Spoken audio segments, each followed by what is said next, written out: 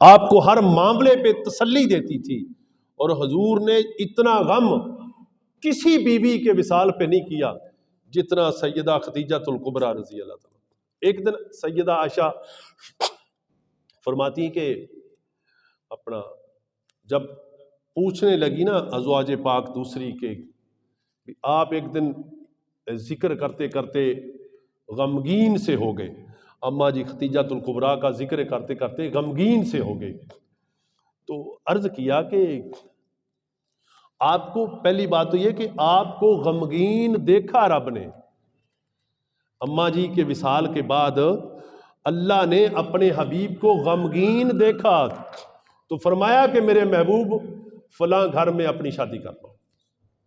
ٹھیک ہے۔ جب حضور کو پریشان دیکھا، اماں جی پاک سیدہ خدیجہ الکبریٰ کے غم میں دیکھا، تو فرمایا کہ فلاں رشتہ کر لو، فلاں رشتہ کر لو، پھر فلاں کر لو، پھر فلاں کر لو، پھر فلاں کر لو، ٹھیک ہے۔ جیسے کہ سیدہ عائشہ صدیقہ رضی اللہ تعالیٰ عنہ، آپ فرماتے ہیں کہ نکاح سے پہلے، رشتہ مانگنے سے بھی پہلے جبریل آئے تو ریشم کے کپڑے پہ عائشہ کی تصویر بنا کے رب نے بھیجی کہ میرے حبیب سے کہو کہ تیرے محبوب صدیق، تیرے غلام صدیق کی بیٹی عائشہ میں نے تیری ازواج بنا دی، تو تصویر بھی بنا کے بھیجی۔ یہ تو اسی طرح سے یہ اماں جی سیدہ خدیجہ الکبریٰ رضی اللہ تعالیٰ عنہ کی جو اسلام کے لیے خدمات ہے، ٹھیک ہے، وہ کسی طرح بھی بیان کرنے سے کے ہاتھے سے باہر ہے، جو آپ کی، اور یہ چھوٹی چھوٹی باتیں محسوس ہوتی ہیں دیکھنے کو، لیکن ان میں اتنی گہرائی ہے کہ وہ وقت جس وقت لوگ حضور کا ساتھ دینے سے موت سے ڈرتے تھے، مال سے ڈرتے تھے، دشمن سے ڈرتے تھے، لیکن اس وقت جس نے سب سے پہلے ساتھ دیا وہ سیدہ خدیجہ الکبریٰ رضی اللہ عنہا۔ تو یہ بڑی بات ہے، اور حضور کی یہ شان خاص ہے کہ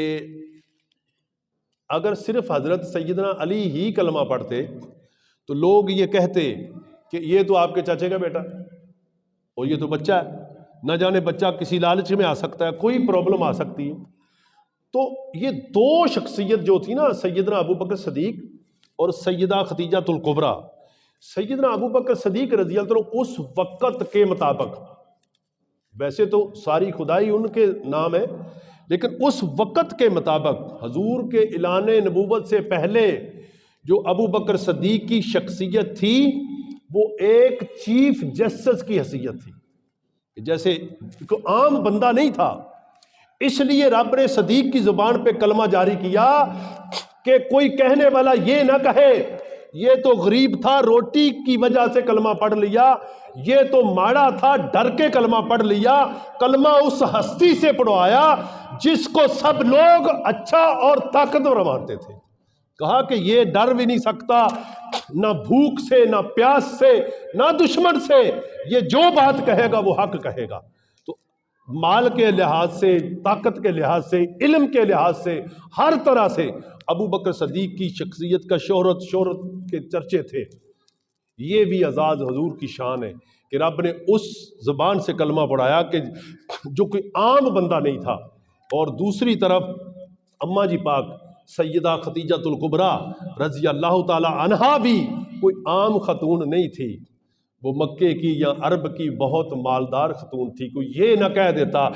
کہ مال کی وجہ سے کلمہ پڑھ لیا، کوئی یہ نہ کہہ دیتا کہ غریب تھا قبیلہ